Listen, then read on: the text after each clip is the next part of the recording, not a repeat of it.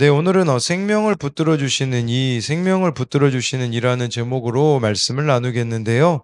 이렇게 제목을 잡은 것은 4절에 다윗이 이 고백하고 있는 것은 주께서는 내 생명을 붙들어 주시는 이시다라고 네, 이렇게 말하고 있기 때문입니다. 여러분, 우리가 기억해야 되는 것은요, 생명의 주관자는 하나님이시라는 것을 우리가 기억해야 되는 것이겠죠. 그래서요, 생명을 붙들어 주시는 하나님을 믿는 자는 어떻게 살아가는지를 두 가지로 나눌 텐데요. 첫 번째로요, 생명을 붙들어 주신 하나님을 믿는 자는 하나님을 자기 앞에 둡니다. 1, 2절인데요.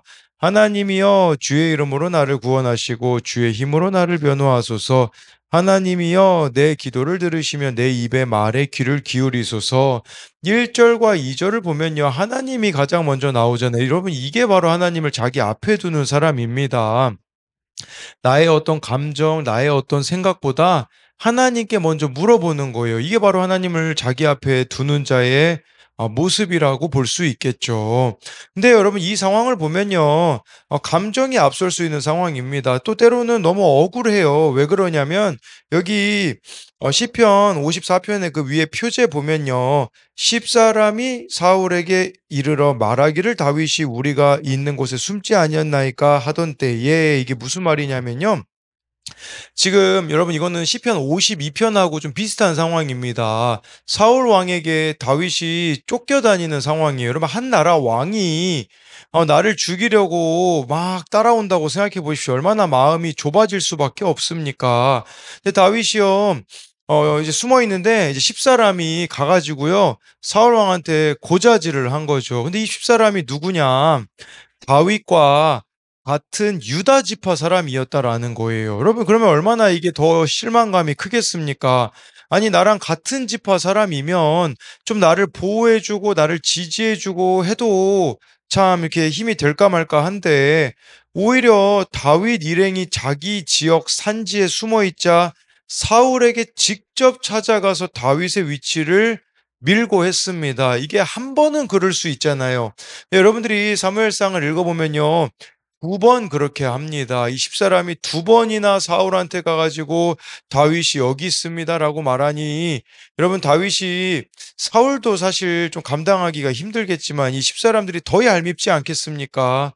나랑 관련이 없는 사람이 아니잖아요. 동족이잖아요. 근데도 예, 이렇게 했을 때 다윗은 감정을 앞세우지 않았다라는 거죠. 자신을 앞세우지 않았다라는 거예요. 그래서 이렇게 하나님께 기도로 먼저 나아가고 있다라는 거죠. 여러분, 우리에게도요, 얼마나 이 10사람들이 있습니까? 이 10사람들이라 함은 여러분들에게 실망감을 주거나 상처를 또 주는 대상도 될 수가 있겠죠. 근데 제일 중요한 것은 이때 제일 먼저 여러분들이 무엇을 하느냐라는 것이에요. 나의 억울함을 다른 사람에게 이야기를 합니까? 아니면 하나님 앞에 그저 있는 모습 그대로를 나아가는가를 보자라는 거겠죠. 다윗은 이 억울한 상황 가운데요, 하나님 앞에 솔직하게 자신의 있는 모습 그대로를 가지고 나아갔다라는 것이죠.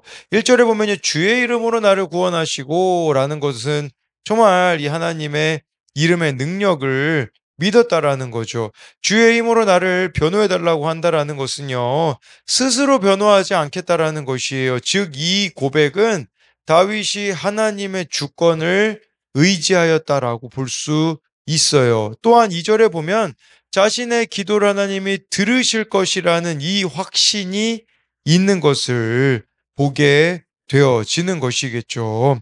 3절에요. 낯선 자들이 일어나 나를 치고 보악한 자들이 나의 생명을 수색하며 하나님을 자기 앞에 두지 아니하였음이니이다. 예, 이 10사람에 대하여서요, 낯선 자들, 포악한 자들이라고 이렇게 말해주고 있는 것이겠죠. 이 사람들의 특징이 뭐냐? 하나님을 자기 앞에 두지 아니하였다라는 것입니다. 여러분, 하나님을 자기 앞에 두지 않으면요, 제일 먼저 뭘 생각할까요? 자기 이익을 생각하는 겁니다. 이 10사람들이 딱 그랬잖아요. 자기 이익만을 먼저 생각한 이것이 바로 하나님을 자기 앞에 두지 않는 삶이라는 거죠. 여러분, 또 하나님을 자기 앞에 두지 않는 사람에게 나타나는 특징은 뭐냐면요, 사람을 자기 앞에 둡니다. 그래서 나에게 도움이 될 만한 사람, 그런 사람들을 앞세우면서 나아가는 자들이 되어지는 것이라고 할 수가 있는 것이겠죠. 예, 그래서 계속해서 이제 4 절, 5 절을 좀 보게 되어지면요. 하나님은 나를 돕는 이시며 주께서는 내 생명을 붙들어 주시는 이시니이다. 주께서는 내 원수에게 악으로 갚으시리니 주의 성실하심으로 그들을 멸하소서 해서요. 이 사울의 군대가요. 10사람들에게 이야기를 듣고 다윗을 잡으러 가거든요. 예, 두 번이나 아까 제가 말씀드렸듯이 다윗의 위치를 이야기해 줬으니 다윗의 입장에서 얼마나 이 십사람들이 믿겠습니까? 그러나 사절에 보면 알 수 있듯이 아무리 네, 자신을 죽이려고 사람들이 한다고 해도요. 생명을 붙들어 주시는 분은 하나님이시라고 하며 5절에 주의 성실하심으로 그들을 멸하여 달라는 겁니다. 여러분, 이 주의 성실하심으로 그들을 멸하여 달라. 그것은요, 자기가 복수하지 않겠다라는 것입니다. 내가 복수하지 않겠다라는 이런 것을 보여주고 있는 것이겠죠.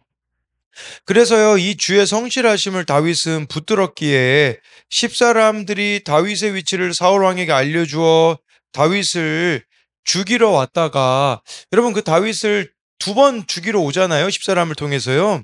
근데 그때요, 여러분들 사무엘상을 읽어보면요, 반전이 있어요. 2번 사울 왕을 죽일 수 있는 기회를 맞이했었습니다. 이 2번이요. 그러면 여러분 같은 경우에 어떡하겠습니까? 사울 왕을 죽이면요, 나를 힘들게 하는 게 끝나요. 근데 5절에 다윗이 주의 성실하심으로 그들을 멸하소서라는 것은 이게 실제가 됐거든요.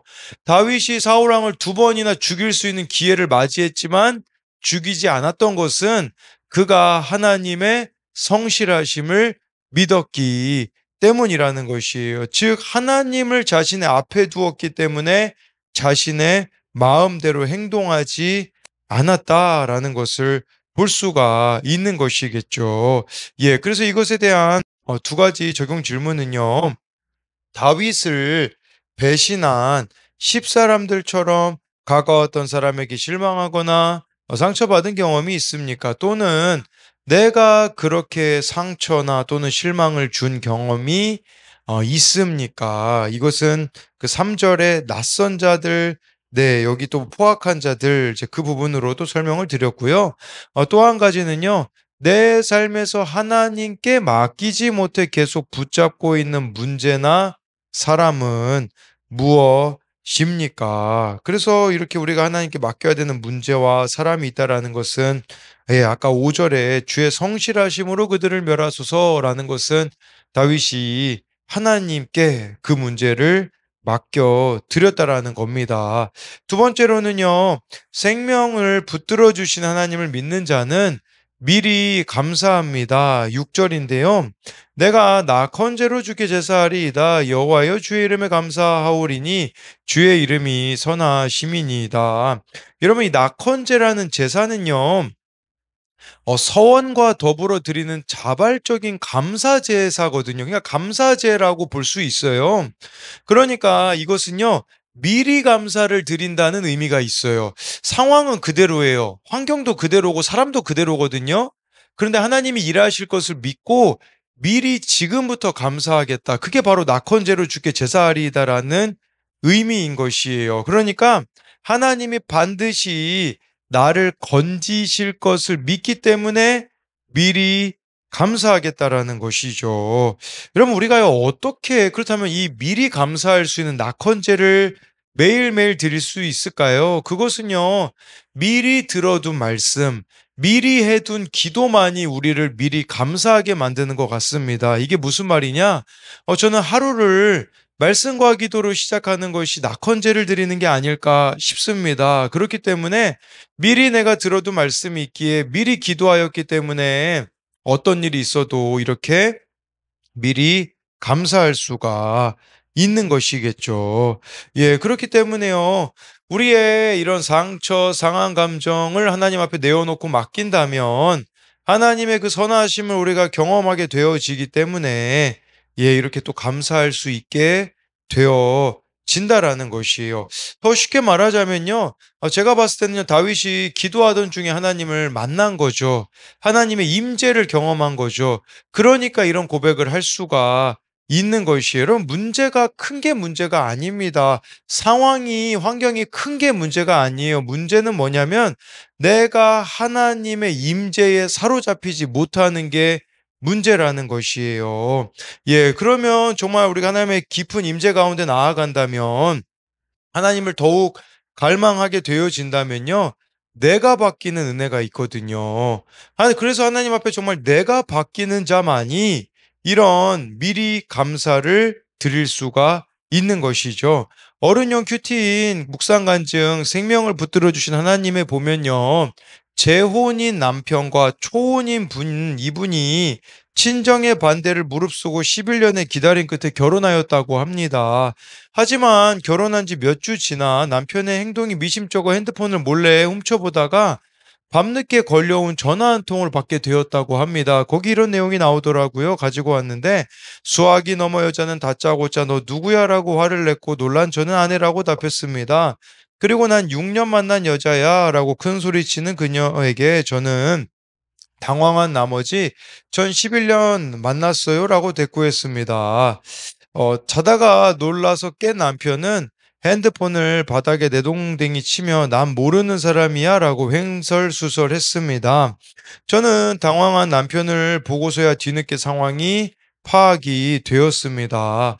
언제나 내 편인 줄 알았던 남편이 낯선 자와 포악한 자가 되어 저를 배신하니 숨이 멎을 것 같은 고통에 어찌할 바를 몰랐습니다.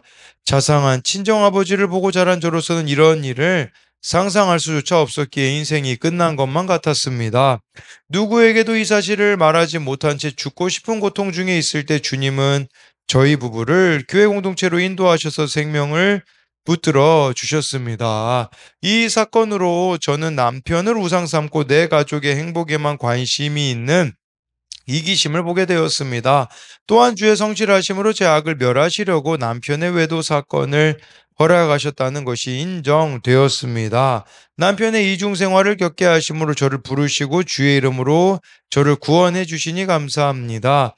낙헌제로 주께 제사하듯이 자발적인 순종으로 남편을 섬기겠습니다. 라고 하고 있어요.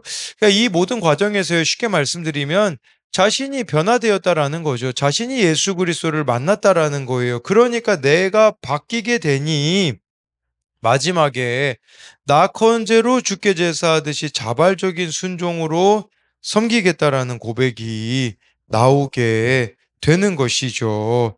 예, 그러니까요, 여러분, 사람의 어떠함에 주목하지 마시고 하나님께 집중하십시오. 그럴 때야만, 예, 우리가 그 문제들을 넘어갈 수가 있습니다. 또 문제 넘어 하나님의 일하심을 경험할 수 있는 것입니다. 7절에요. 참으로 주께서는 모든 환난에서 나를 건지시고 내 원수가 보응받는 것을 내 눈이 똑똑히 보게 하셨나이다. 다윗이 이렇게 하나님께 나아갈 수 있는 비결이 뭐냐면 지금까지 경험한 하나님의 은혜가 있었기 때문이에요. 모든 환난에서 하나님이 나를 건지셨다는 그 믿음이 다윗에게는 있었기 때문에 예, 이렇게 하나님과의 관계에만 집중하는 것이에요.